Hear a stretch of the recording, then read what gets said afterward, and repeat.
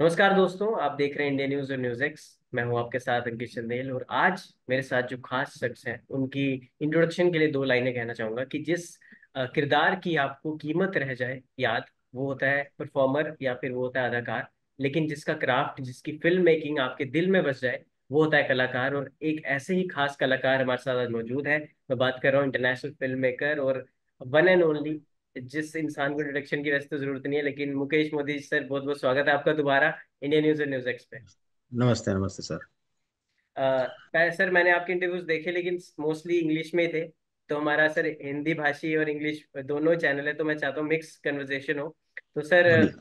सबसे पहले तो फिल्म का मैंने ट्रेलर देखा, बहुत ही बेहतरीन ट्रेलर है, पॉलिटिकल वॉर। लेकिन पहले इस फिल्म का नाम कुछ और था, 2024 इलेक्शन वॉर।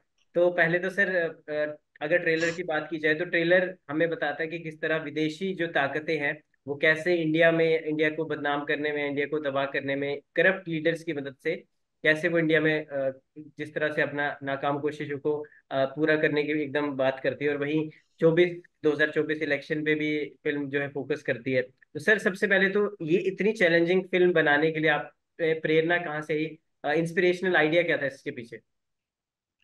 तो पहले तो मैं आप सबका धन्यवाद करता हूँ, आपके चैनल का अंकित जी, और आपके दर्शकों का सबका धन्यवाद। आपने मुझे एक और मौका दिया आपके चैनल में आने का।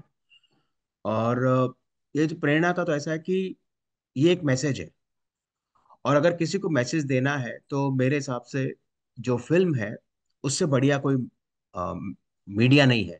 जी। अगर आपको किसी को अच्छा मैसेज देना है तो ये एक one of the very powerful tool. Okay. जो कि जनता तक पहुंच सकता है, जनता के दिलों में बस सकता है, और उनसे हम लोगों को प्रेरणा दे सकते हैं।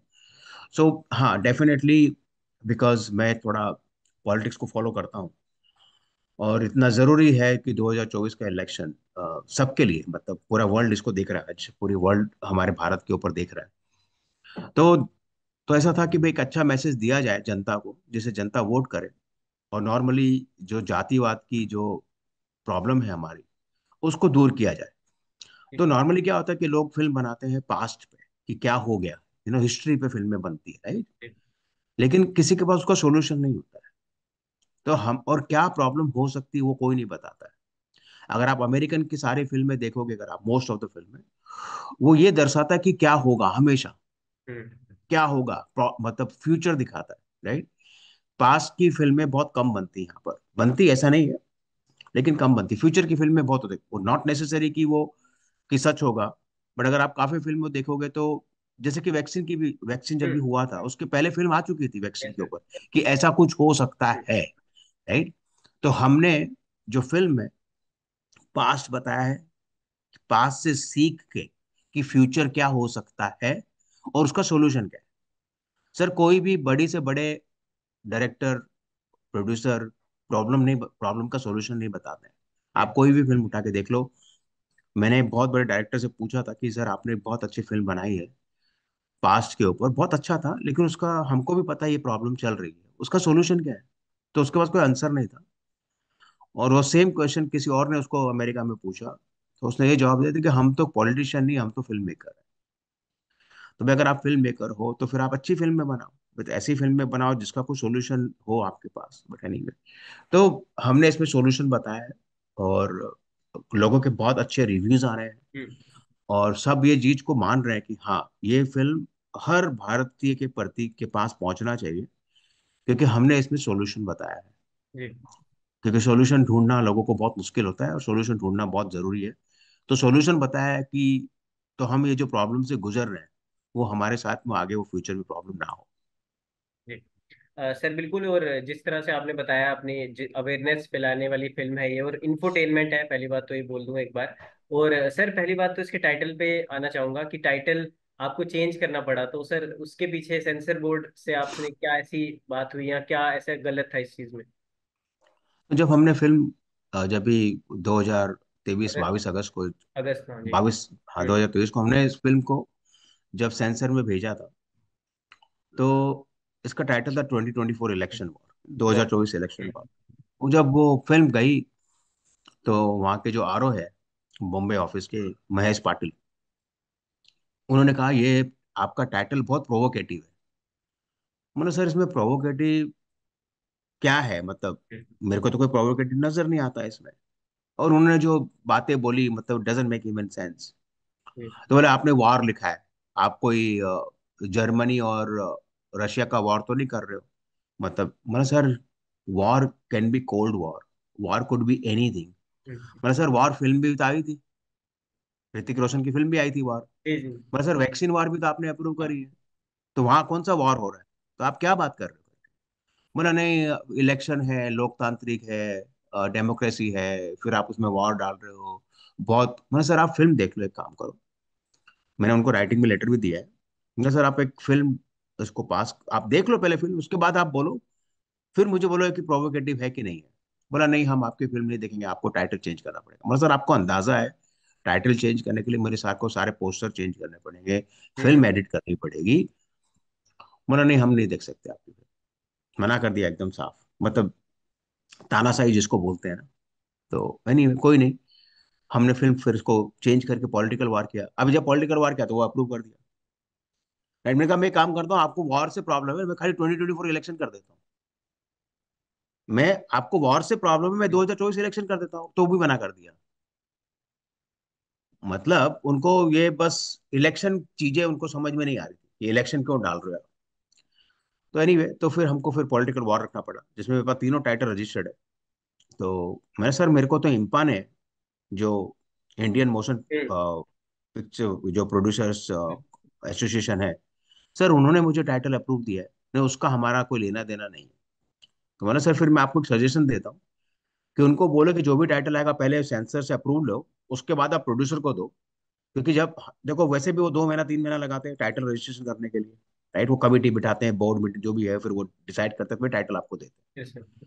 राइट। तो उस समय आप आपको एक ऐसा लॉ डाल दो उसमें कि भाई आपका टाइटल जो है पहले सेंसर बोर्ड को जाएगा, सेंसर बोर्ड अप्रूव करेगा, फिर आएगा आपके पास। तो हमको, भाई हम वैसे भी 2 महीना वेट कर रहे हैं, सारे प्रोड्यूसर 2 2 महीना वेट करते हैं टाइटल के लिए। और इमरजेंसी में होता है तो हफ्ते भर में होता है। सर आप उसकी फीस चार्ज कर लो, प्रोड्यूसर आपको फीस दे देगा। आप वैसे भी टाइटल रजिस्ट्रेशन का फीस तो चार्ज करते ही हो। आप कितना, 100, 1000 डॉलर, 500 रुपया, जो भी आप एक्स्ट्रा चार्ज कर लो, हमारी आगे की हजामत बच जाएगी ना। सर अगर मतलब मैं 1000 रुपये देने को तैयार हूँ एक्स्ट्रा, कि मेरे को फिर टाइटल चेंज करना पड़े फिल्म लगाने के बाद। राइट, मेरा उसमें टाइम कितना जाता है, पैसे कितने जाते हैं। तो आई वुड रादर पे कि भाई ठीक है, सेंसर से अभी से अप्रूवल ले आओ। नहीं, वो तो नहीं हो सकता है ये, अरे मतलब आपको सजेशन भी नहीं सुनना है, मतलब मैं एक अच्छा सजेशन दे रहा हूँ कि जिसमें कि आपके पैसे बनेंगे। आप फी चार्ज करो ना। आज हम्म। देखो इतने टाइटल रजिस्ट्रेशन होते हैं दुनिया भर के, हम्म। भारत में। राइट। तो आपको एक एक्स्ट्रा इनकम हो जाएगी, बिल्कुल। सेंसर बोर्ड को एक एक्स्ट्रा इनकम हो जाएगी। और कोई भी प्रोड्यूसर मना नहीं करेगा सर, मैं आपको बोल के देता हूँ ये बात, कोई भी प्रोड्यूसर मना नहीं करेगा। आपको 500 रुपये एक्स्ट्रा लेना, आपको कुछ नहीं करना, खाली टाइटल का आपको देखना है और अप्रूव देना है। सर 500 रुपये पर टाइटल सेंसर बोर्ड के अकाउंट में जाएगा। तो क्या खोटा है, आप मुझे बताओ, क्या गलत मतलब सजेशन है? बहुत अच्छा सजेशन है मेरे हिसाब से। हम्म। वो भी, बस वो उन्होंने सुना नहीं। नहीं, फिर हमने फिल्म चेंज करा टाइटल, और उसके बाद उन्होंने फिल्म को, वो महेश पाटिल ने उसको डाल दिया अपना रिवाइज कमेटी में। रिवाइज कमेटी में भेजा तो उनको एक राइटिंग में हमको एक लेटर देना चाहिए, एक इसको बोलते सो कॉस्ट नोटिफिकेशन जाता है। वो नहीं दिया कुछ भी राइटिंग में हमको। ओके। हाँ, और वो भेज दिया वो revise committee as per the censor guideline 15 days के अंदर देखना चाहिए। सर उन्होंने 3 महीना लगा दिया फिल्म देखने को। तो आई डोंट नो उनका क्या एजेंडा था ये फिल्म के पीछे। और बाद में उन्होंने रिजेक्ट कर दिया। तो ये कहानी है। जी, मतलब काफी मुश्किलें हैं सर, मैं जिस तरह से आपकी पूरी जर्नी समझ पा रहा हूँ। तो सर, यस। ग्लोबली तो ये फिल्म 23 फरवरी को रिलीज हो चुकी है। और हाँ जी। जितने भी हमारे इंडियन एनआरआईज हैं या जितने भी इंडिया के बाहर लोग रहते हैं, मैं तो रिक्वेस्ट करूंगा पहली बात तो फिल्म को जरूर देखिएगा। और सर, इंडिया में अब ओटीटी पे रिलीज करेंगे थिएटर में, आपका क्या मतलब, पर्सनली आपका क्या विचार? देखो अभी प्रॉब्लम क्या है ना कि ओटीटी वाले भी, उनको भी है ना सेंसर अप्रूवल चाहिए। हाँ। राइट, मतलब लॉ नहीं है, रिक्वायरमेंट नहीं है हम्म। उनको। जैसे कि अभी काफी फिल्में जो ओटीटी के लिए ही बनती है, हम्म। वो कौन, जैसे कि जो जितने भी वेब सीरीज बन रही है, हाँ सर। वेब सीरीज तो आपको अप्रूवल नहीं मिलता सेंसर, मतलब सेंसर के पास नहीं जाती है वो। तो वो भी ओटीटी वाले ले रहे हैं ना। तो आप फिल्म के लिए क्यों जबरदस्ती मांग रहे हो? क्योंकि भाई they want to play safe game. Hmm. भाई उनको पता है कि अगर फिल्म अगर अप्रूवल हो जाती है तो उनके लिए अच्छा है। तो हमारी कोशिश यही रहेगी कि हम इसको एडिट कर रहे हैं। मैं एक लॉयर से बात मैं ऑलरेडी कर चुका हूँ। हम्म। तो वो लॉयर ने मुझे कुछ पॉइंट्स बताए। वो पॉइंट बता के हम कोर्ट के थ्रू जाएंगे। और फिर देखते हैं कि शायद अप्रूवल मिल जाए। जी बिल्कुल। जिस तरह सर हमने देखी film the Kerala files, article 370, vaccine war, और अब पलायन भी एक फिल्म आई थी पीछे, तो जो ऐसे डार्क और सेंसिटिव मुद्दों पे एक मेन स्ट्रीम फिल्में बना रहे हैं और ये असलियत जो है भारतीय जनता तक पहुंचा रहे हैं, तो इस क्यू में आपकी भी एक फिल्म है।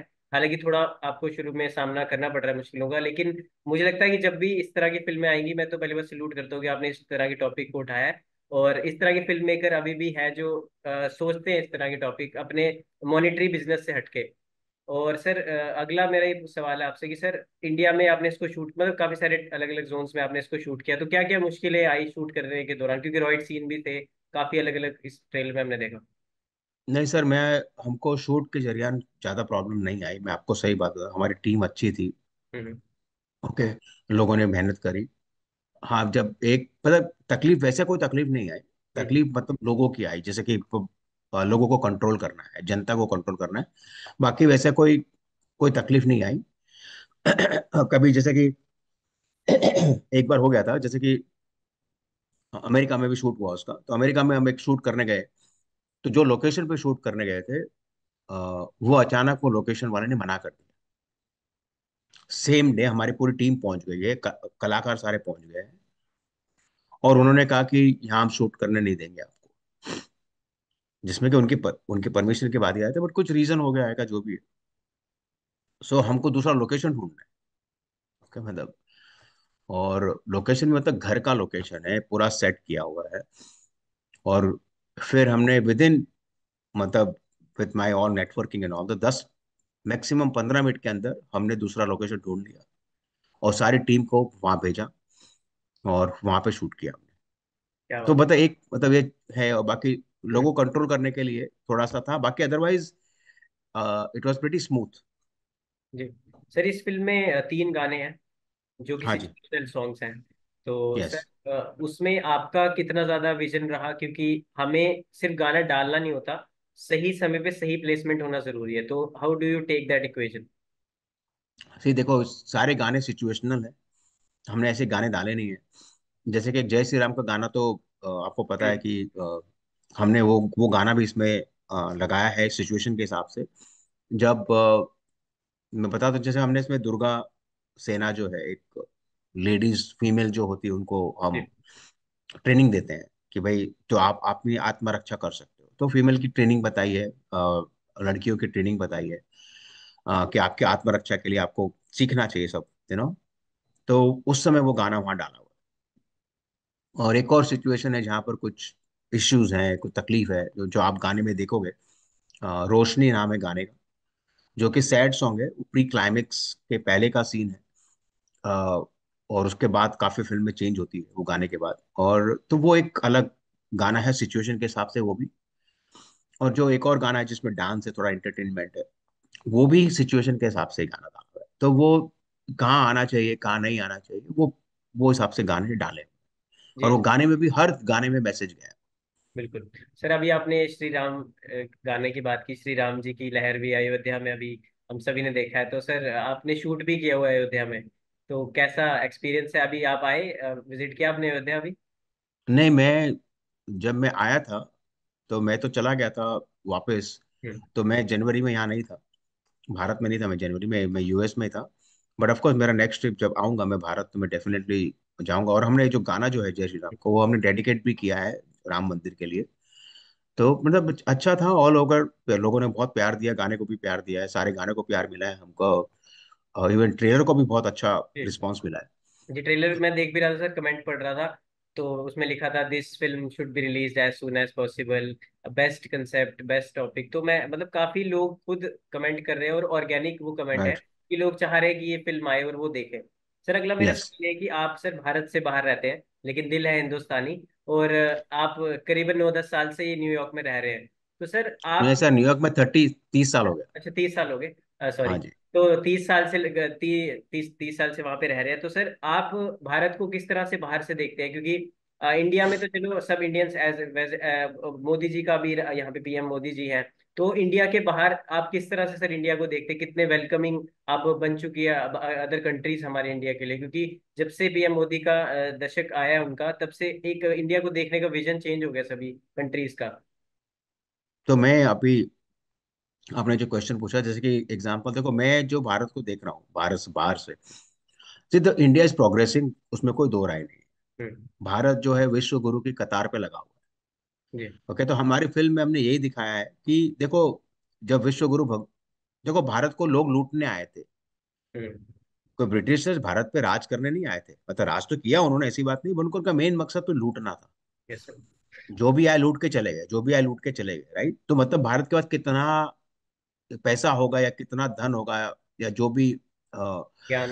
वो इतना चीज था कि लोगों मतलब उनको कोहिनूर चुराने के लिए 200 साल लगे। तो मतलब भारत जो है, कि मैं बोल रहा हूँ विश्व गुरु बनने जा रहा है, तो वो किसी को पसंद तो आएगा नहीं। तो हम्म। हमने यही बताया फिल्म में कि जो बाहरी ताकतें हैं, और जो कैसे भारत को तोड़ने की कोशिश कर रही है। ओके, और उसके काफी अलग अलग तरीके हैं। उसमें हमने कुछ तरीके बताए हैं। और अभी जैसे कि कोई अभी मतलब अभी मैं कहीं सुन रहा था कि मैंने व्हाट्सएप में पढ़ा, मुझे ध्यान नहीं है, कि जो अभी जो किसान आंदोलन हो रहा है, बोले उसकी हम्म। फंडिंग मलेशिया से आ रही है। हम्म। ओके, कोई बोलता है चाइना फंडिंग कर रहा है, कोई बोलता है कौन फंडिंग कर रहा है। अभी पता नहीं कहाँ से फंडिंग हो रही है, कुछ क्या हो रहा है, बट फंडिंग तो जा रही है, क्योंकि वीडियो आ रहे हैं। एक एक किसानों को 40-40 हजार रुपए, 35-35 हजार रुपए मिल रहे हैं। जी। मतलब एक दो लोग तो ये बोले कि हम तो वापस जाना नहीं चाहते हैं, हम जाके करेंगे क्या, हम यहाँ बैठे हैं, यहाँ हमको खाना पीना पैसे सब मिल रहे हैं, हमको दिहाड़ी मिल रही है यहाँ पे, मतलब ऐसे ऐसे वीडियो आ रहे हैं। जी। तो अभी अगर आप किसान आंदोलन की भी बात करेंगे, तो ये तो मेरे हिसाब से, जो मेरा अपना ओपिनियन है, वो तो फेक। मतलब आप 35-35 40-40 लाख की गाड़ी के ऊपर फार्म कौन हम्म। सा ऐसा किसान दस है जो दस 40 हजार लाख की की गाड़ी के पेंशन, ऊपर आके, 10,000 की 40 लाख की पेंशन गाड़ी डिमांड के कर रहा ऊपर, है। हाँ राइट, और बड़े बड़े म्यूजिक सिस्टम, सारे ट्रैक्टर देख लो सर, सारे नए ट्रैक्टर हैं। मतलब यस। आपके पास ट्रैक्टर, मतलब इतने नए ट्रैक्टर, तो आप कहाँ से गरीब हो गए। मतलब अगर ऐसा गरीब किसान है, तो मतलब पूरा भारत को गरीब होना चाहिए, जो 40 लाख की गाड़ी में आके आंदोलन कर रहा है। और वो बोल रहे हैं कि 6-6 महीने का हमने खाना पीना डीजल सब हमारे पास है। तो हम्म। मतलब जब आपके पास ये सब कुछ है, तो आप गरीब कहाँ से हो गए। यस। तो ये पॉलिटिकल रीजन है, काफी चीजें हैं किसान आंदोलन को लेके। भाई किसान को क्या फर्क पड़ता है कि इलेक्शन कैसे होगा। हम्म। वो बोलता नहीं, आप वो इलेक्शन ईवीएम नहीं होना चाहिए आपका, वो बैलेट होना चाहिए। मतलब ये सब फालतू बातें हैं, और कुछ नहीं, सब पॉलिटिकल है। हम मतलब इलेक्शन के पहले ही, अच्छा खाली किसान, खाली पंजाब के किसान हैं? हम्म। भारत में किसान कहीं और नहीं है? सही बात। भाई साउथ में नहीं है, केरला में नहीं है, कहाँ पर और किसान नहीं, उनको तकलीफ नहीं है। खाली एक ही किसान को प्रॉब्लम है, वो पंजाब को जी। है। तो मतलब मैं चाहता हूँ ये जनता तक बात पहुंचे, जनता को ये समझ में आना चाहिए कि ये नैरेटिव क्या है। अन्नदाता जो है खाली पंजाब से ही नहीं आते हैं, अन्नदाता पूरे भारत में है और सेवेंटी पूरे परसेंट वर्ल्ड में। जी सर, 70% जो देश में सिर्फ किसान ही है सर। हाँ, तो फिर आप वहाँ पे आप 1% या 2% हो। हम्म। ओके, जो आप लोगों ने नाक में दम कर रखा है। यस। प्रोटेस्ट करो, प्रोटेस्ट करने के लिए कोई तकलीफ नहीं, आपकी जो डिमांड है रखो, लेकिन शांति पूर्वक रखो। हम्म। आपको चक्का जाम नहीं करना है, आपको रोड जाम नहीं करना है, आप हमारे देश को नुकसान पहुंचा रहे हो। हम्म। अगर आप रोडें बंद कर रहे हो, तो आप भारत का झंडे को जला रहे हो। ओके, और आप चाहते हो कि खालिस्तान का झंडा ऊपर लगे, तो आप भारत को कहाँ प्यार कर रहे जी। हो। ये मतलब ये लोगों को समझना चाहिए। जी। जी लोगों को सर। ये चीज समझ नहीं आनी चाहिए कि ये जो फेक चीज, जो फेक नैरेटिव चल रही है भारत में, अन्नदाता को तकलीफ है। कोई भी अन्नदाता को तकलीफ नहीं है, और है तो बैठ के बात करें, और मुझे लगता नहीं कि होगी। लेकिन ये जो आंदोलन है, ये आंदोलन किसान आंदोलन से कुछ ज्यादा अलग, इसका जो एजेंडा है वो अलग है। उसके काफी वीडियो आ चुके हैं। जनता ये चीज समझ जाए और उसको ध्यान नहीं दे वो बातों पे, वो अपने आप चले जाएंगे। जी, बिल्कुल सही कहा सर आपने। और सर मैं भी ये भी कहना चाहूंगा, मैं भी कुछ रिपोर्ट्स देख रहा था जहाँ पे कि उनसे पूछा जा रहा था कि एमएसपी क्या होता है, तो उनको वही नहीं पता था जो आप आंदोलन करने आ रहे हो। और आज उन्होंने कहा कि जो असली किसान है वो अपने खेत में मजदूरी कर रहा है, कि मेरी एग्जैक्टली अगली exactly. बार फसल होगी नहीं होगी। यस, तो मैं वही बोल रहा हूँ। और कौन किसान है जो अपनी जमीन छोड़ के आएगा यार। जमीन उसके बेटे की, अपने उसके आत्मा है वो जमीन जो। जी सर। सर अगला मेरा सवाल आपसे है कि आप, I know how you adore Modi ji, और कितने बड़े आप उनके सपोर्टर हैं, और साथ ही साथ उनको अडोर करते हैं एज अ लीडर भी, आप उनको काफी ज्यादा रिस्पेक्ट करते हैं। तो सर 2024 इलेक्शन है, और भारत में भी काफी ज्यादा इसकी लहर है, काफी सारी तैयारियां चल रही हैं। तो 2024 में आपको क्या लगता है कौन सी पार्टी वॉर जीतेगी? देखो, लहर तो बीजेपी की तरफ ही जा रही है। और मेरा देखो, मैं ये बोलता, चाहे कोई भी लीडर हो, चाहे वो मोदी जी हो, चाहे वो कोई भी पार्टी हो, हम्म। जो पार्टी, मैं बोलता कि हमने इसमें जैसे कि लोगों को मोटिवेट किया वोट करने के लिए, फिल्म को मोटिवेट हम्म। किया लोगों को वोट जी। करने को। और उसमें यही बोला गया है कि वो पार्टी को वोट करो, वो नेता को हम्म। वोट करो जो आपके भारत के लिए, आपकी कंट्री के लिए, आपके समाज के लिए, आपके देश की प्रगति के लिए, आपकी कंट्री के इकोनॉमी के लिए जो जो भी अच्छा है उसको आप वोट करो, चाहे वो कोई भी हो। हम फिल्म में ये नहीं बता रहे कि आप ये पार्टी को वोट करो कि इसको वोट करो, किसी को भी वोट करो, जो आदमी अच्छा है उसको वोट करो। ठीक। और राइट। आप, तो आपका वो एक हम, डायलॉग भी मुझे याद आ गया पिछले इंटरव्यू का, कि आपने कहा कि अगर आपको इस पार्टी को आगे बढ़ाना है तो इसको वोट करो, या अगर आपको राहुल गांधी की पार्टी को आगे बढ़ाना है तो इसको वोट करो, लेकिन अगर आपको देश को आगे बढ़ाना है, अपने परिवार को आगे बढ़ाना है, तो मोदी जी को वोट करो। ये आपकी यस, स्टेटमेंट थी। हाँ, क्योंकि देखो, अगर आप कॉमन, मैं बताऊँ, मैं जनता को ये मैसेज देना चाहता हूँ, ना आप मेरी बात सुने, ना आप कोई मीडिया की बात सुने। ओके, क्योंकि आजकल तो काफी मीडिया जो है कि बोलते हैं कि नई ढंग से जवाब देती है, कुछ fake media become more stronger than the real media. जी सर। किसी की भी बातें नहीं, कोई नेता की बातें नहीं सुने, आप अपना खुद का दिमाग यूज करो, थोड़ा सा कॉमन सेंस यूज करो, आपके सामने सारी पिक्चर क्लियर हो जाएगी। जी। एक बार आप मीडिया को हटा दो आपके दिमाग से, सब यूज करो, देखो हर जो नेता है उसका पूरा बैकग्राउंड चेक करो। अगर हम मोदी जी की बात करें तो उसका बैकग्राउंड क्या है, लास्ट इतने सालों से जब वो सीएम नहीं थे उसके, जब से वो भारत के लिए मतलब सेवा में लगे हुए हैं। उनका अगर आप जीवन देखोगे तो पहले तो सीएम भी नहीं थे, लेकिन फिर भी सेवा में तो लगे हुए थे। हम्म। ओके।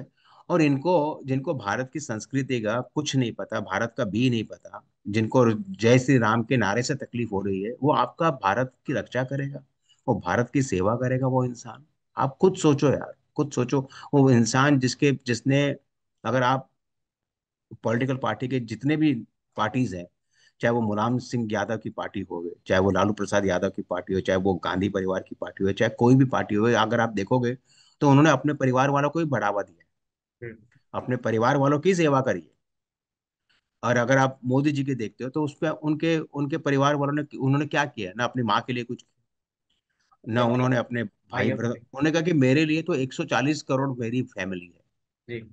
तो वो बहुत बड़ा, आज वो अगर वो जब जा रहे हैं जहाँ पर, इतना बड़ा जो उनका तो रुतबा है, जिनको लोग वर्ल्ड लीडर बोल रहे हैं, तो जरूर वो इंसान में कुछ होगा ना, जब भी तो लोग उसकी, खाली आप अपोजिशन पार्टी को छोड़ के पूरे लोग उसको प्यार कर रहे हैं, हम्म। वो इंसान को। मुझे देखो, जैसे मैंने आपको बताया, मैं 30 साल से अमेरिका में रह रहा हूँ। 2014 के बाद जो हमको आइडेंटिफिकेशन मिली है, जो हमको रेपुटेशन मिली है, जी। वो नहीं थी पहले।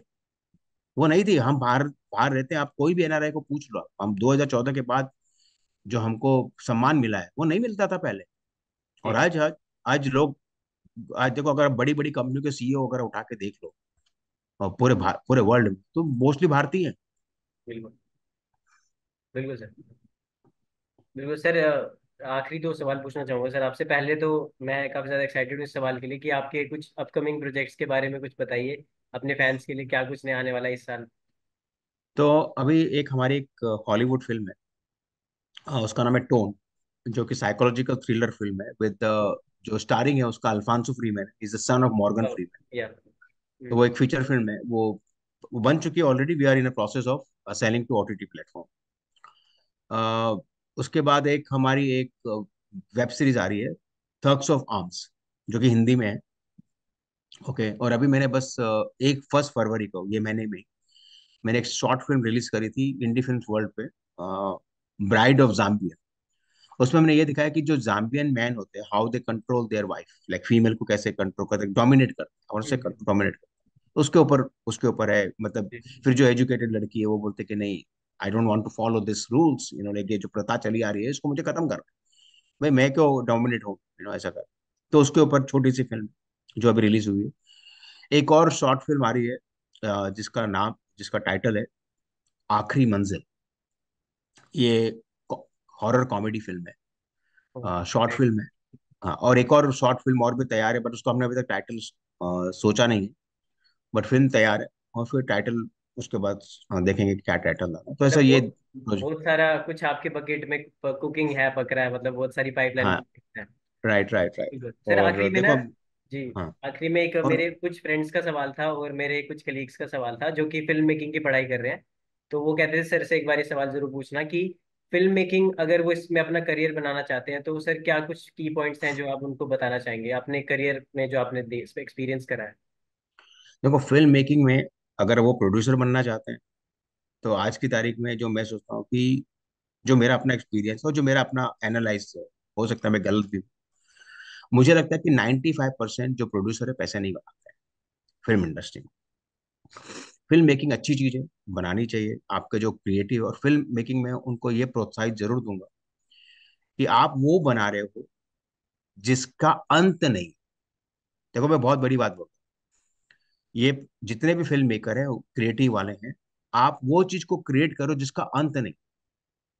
और ये फि- हाँ, ये इसका अंत नहीं। देखो, अगर बड़े बड़े जो हमारे अच्छे अच्छे कलाकार थे, अच्छे अच्छे प्रोड्यूसर डायरेक्टर थे, जैसे कि राज कपूर जी की बात करें, आज वो इंसान नहीं है इस दुनिया में, हम्म। लेकिन उनकी फिल्में चल रही है आज। बिल्कुल। राइट। तो फिल्म मेकर के लिए ये बहुत बड़ा संदेश है मेरा कि आप ऐसी चीज बना रहे हो जिसका अंत नहीं है, तो कुछ अच्छी चीज बना के जाओ। क्योंकि आप अगर कुछ काम, नॉर्मली क्या बोलते हैं कि अच्छा काम करके जाओ। राइट। तो अगर आप अच्छी फिल्म बनाते हो और वो रहेगी हमेशा के लिए और अच्छा मैसेज देगी जनता को, तो आप जिंदा हो लोगों के मन में। राइट, पीढ़ी टू पीढ़ी। तो आप बहुत अच्छी चीज क्रिएट करो, तो मेरा यही हो कि आप अच्छी चीज करो क्रिएट। डेफिनेटली आपको उसमें प्रोग्रेस करना चाहिए। आप उसको, अगर उसको फिल्म मेकिंग को अगर अर्निंग में बनाओगे उसको, तो थोड़ा सा डिफिकल्ट होगा काफी लोगों के लिए, बिकॉज फिर वो कि उनको सक्सेसफुल वैसे सक्सेस नहीं मिलेगी पैसे के मामले में, लेकिन एक क्रिएटिविटी के मामले में उनके जो प्रोग्रेस जो वो करना चाहते हैं वो कर पाएंगे, लोगों तक मैसेज पहुंचा पाएंगे, तो वो डेफिनेटली उनको करना चाहिए। जी मुझे सर लास्ट में इस फिल्म के लिए क्या अपील करना चाहेंगे अपने फैंस को, जनता को। मैं आपके जनता को, लोगों को यही बोलूंगा कि फिल्म देखो, क्योंकि फिल्म में हमने, जैसे मैंने पहले बताया है कि फिल्म, एक तो आप पहले देखो फिर बताना कि ये सेंसर अप्रूवल होनी चाहिए थे कि नहीं होनी चाहिए, आप खुद ही डिसाइड करो। जी। दूसरा, आप इससे डेफिनेटली बहुत कुछ सीख के जाओगे, क्योंकि बहुत सारे मैसेजेस हैं, बहुत सारे मैसेजेस हैं, बहुत ज्यादा कुछ सीख के जाओगे। और और मतलब हमने जोड़ने की बात करी है फिल्म, तो डेफिनेटली फिल्म देखें आप, आपको काफी कुछ सीखने मिलेगा। बिल्कुल। तो बहुत बहुत शुक्रिया सर, आपने अपना समय दिया। Thank you. और वहां तो सुबह हो रही है, यहाँ तो रात हो रही है, लेकिन फिर भी ओके। दिल है हिंदुस्तानी। और ये कहना चाहूंगा कि पॉलिटिकल वॉर आप जरूर देखे जाके, बहुत ही अच्छा एक क्राफ्ट है। और सब फैमिली के साथ जरूर देखें क्योंकि इंफोटेनमेंट है, इंफॉर्मेटिव भी है और एंटरटेनिंग भी है, तो आपको दोनों चीजें इसमें मिलेंगी। और यस। आप अकेले ना जाएं, अपनी पूरी फैमिली को लेके जाएं, उस फिल्म को जरूर देखें। और ऐसे अच्छे अच्छे कंटेंट के लिए हमारे चैनल को ऐसे फॉलो करते रहे, अपना प्यार देते रहे। बहुत बहुत शुक्रिया सर, आपने अपना समय दिया। धन्यवाद। थैंक यू, नमस्ते।